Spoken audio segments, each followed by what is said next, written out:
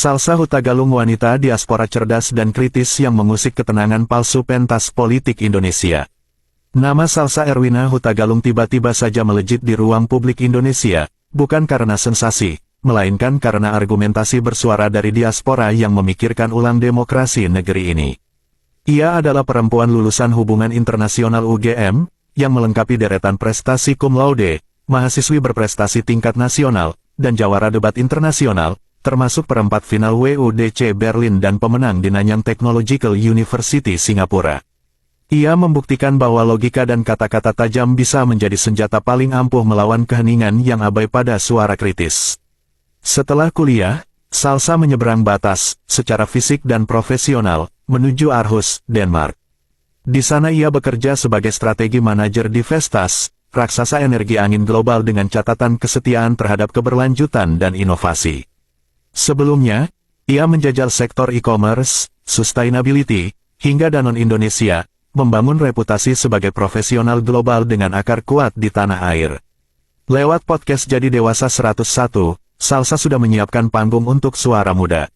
Ia berbicara tentang keuangan, makna hidup, dan canggungnya menjadi dewasa dengan cara yang santai tapi tak kehilangan muatan. Suara inilah yang membawa kepercayaan diri saat ia menantang DPR, tak hanya emosional, tetapi cerdas dan sistematik. Pemicunya adalah ucapan Ahmad Sahroni bahwa, warga yang menggaungkan pembubaran DPR itu orang tolol sedunia.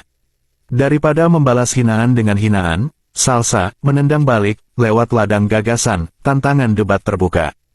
Ia ingin memperlihatkan kepada publik siapa sebenarnya yang melecehkan, rakyat atau wakil yang tidak mau mempertanggungjawabkan ucapannya.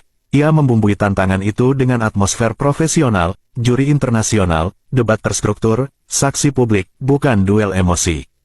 Lalu muncul puncaknya. Salsa membacakan 12 tuntutan spesifik kepada DPR dan pemerintah, dengan deadline ketat hingga tanggal 5 September tahun 2025 pukul 23.59 waktu Indonesia Barat.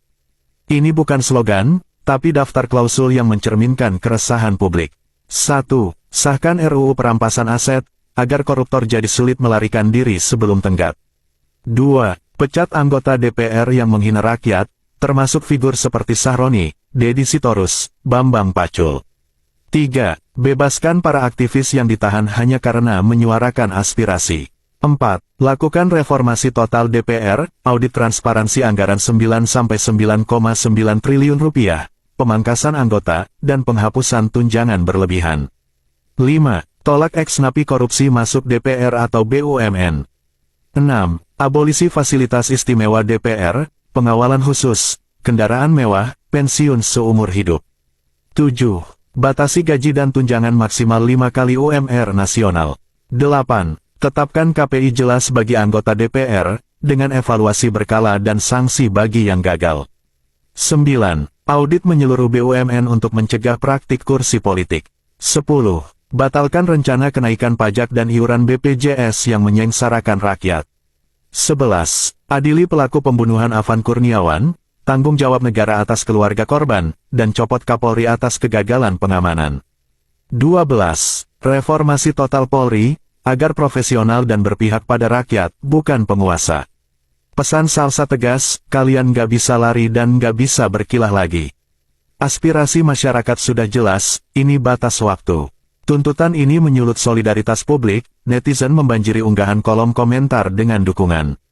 Beberapa menyebutnya inspirasi, yang lain merasa lembaga legislatif untuk pertama kali dibentak secara cerdas oleh warga terdidik, bukan sekadar kerumunan. Tanggapan politikus bervariasi, tapi yang mencuri perhatian adalah respons santai Sahroni, nanti gue bertapa dulu biar pinter, tulisnya.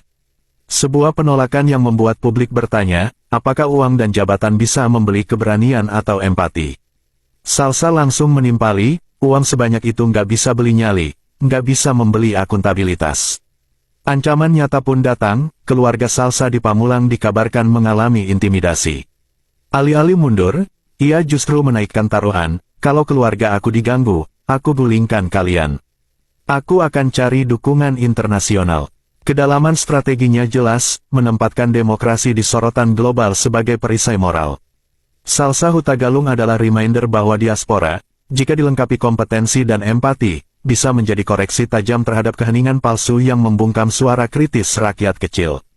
Ia menyalakan debat, bukan kebisingan, menghimbau agar kritisisme menjadi bentuk pertanggungjawaban, bukan ancaman.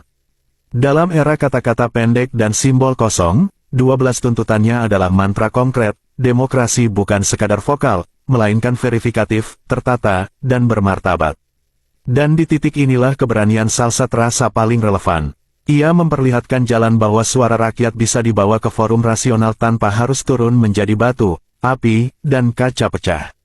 Kritik yang ditata dengan kata-kata jernih justru lebih mematikan daripada kerusuhan jalanan yang merusak aneka fasilitas publik dan melumpuhkan aktivitas ekonomi yang bisa memicu krisis ekonomi tahun 1998 terulang kembali. Jika DPR menutup telinga, rakyat akan berbicara dengan cara yang paling brutal. Lebih baik belajar mendengar satu Salsa, daripada membiarkan ribuan massa berbicara lewat kobaran ban, perusakan, dan penjarahan. Salve.